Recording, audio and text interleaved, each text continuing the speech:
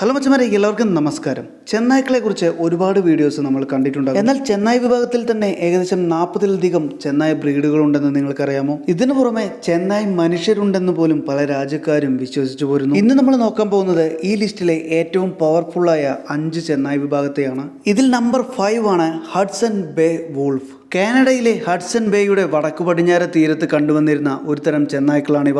1941 ഈ ചെന്നായ് വിഭാഗത്തെ ഒരു സബ്സ്പീഷ്യസ് ആയി തിരഞ്ഞെടുത്തതും. പൊതുവെ വെള്ള കളറിലാണ് ഇവയെ കണ്ടുവരുന്നത്. ഈ ലിസ്റ്റിൽ നമ്പർ 4 ഫ്ലോറിഡൻ ബ്ലാക്ക് വോൾഫ്. ഫ്ലോറിഡയിൽ പണ്ട് മുതലേ ഉണ്ടായിരുന്ന ഒരു തരം ചെന്നായ്ക്കളാണിവ. മൊത്തത്തിൽ കറുപ്പ് കളറിലാണ് ഇവയെ കാണപ്പെടുന്നതും. കഴിയുന്നതും മനുഷ്യരിൽ നിന്ന് അകന്നുമാറി ജീവിക്കാൻ താല്പര്യപ്പെടുന്നവയാണ് ഈ ചെന്നായ്ക്കൾ. Number 3 Kenai peninsula wolf. 1900 മുമ്പ് തന്നെ പെനിസുലയിൽ ഈ ചെന്നായ്ക്കൾ സാധാരണമായിരുന്നു. എന്നാൽ ഈ സമയത്ത് അവിടെ സ്വർണ്ണ ഖനി കണ്ടെത്തുകയുണ്ടായി.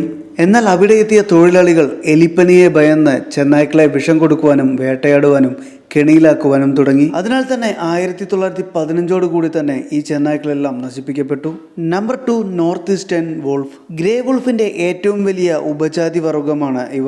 നല്ല രീതിയിൽ തന്നെ അഗ്രഷൻ ഉള്ളവയും ഓരോ ഗ്രൂപ്പായി സഞ്ചരിക്കുന്നവയുമാണ് ഇവ. ഈ കണ്ട എല്ലാ ചെന്നായ് ഗ്രൂപ്പുകളും ഉരുത്തിരിഞ്ഞു വന്നത് ഗ്രേ വോൾഫ് എന്ന ഒരു ചെന്നായ് വിഭാഗത്തിൽ നിന്നാണ്. Number 1 grey wolf. ചെന്നായ് വിഭാഗത്തിൽ ഏറ്റവും ഉയരം കൂടിയവയും ഏറ്റവും അഗ്രഷൻ ഉള്ളവയുമാണ് ഇവ. ഇത്തരത്തിലുള്ള ക്രൂരമായ ചെന്നായിയുടെ നോട്ടം കണ്ടാൽ തന്നെ ആരും ഒന്ന് പേടിച്ചു പോകും. ഇത്തരത്തിലുള്ള ഗ്രേ വോൾഫിൽ നിന്നായിരിക്കും പലരും വോൾഫ് മാൻ പോലും ഉണ്ടെന്ന് കരുതിയത്.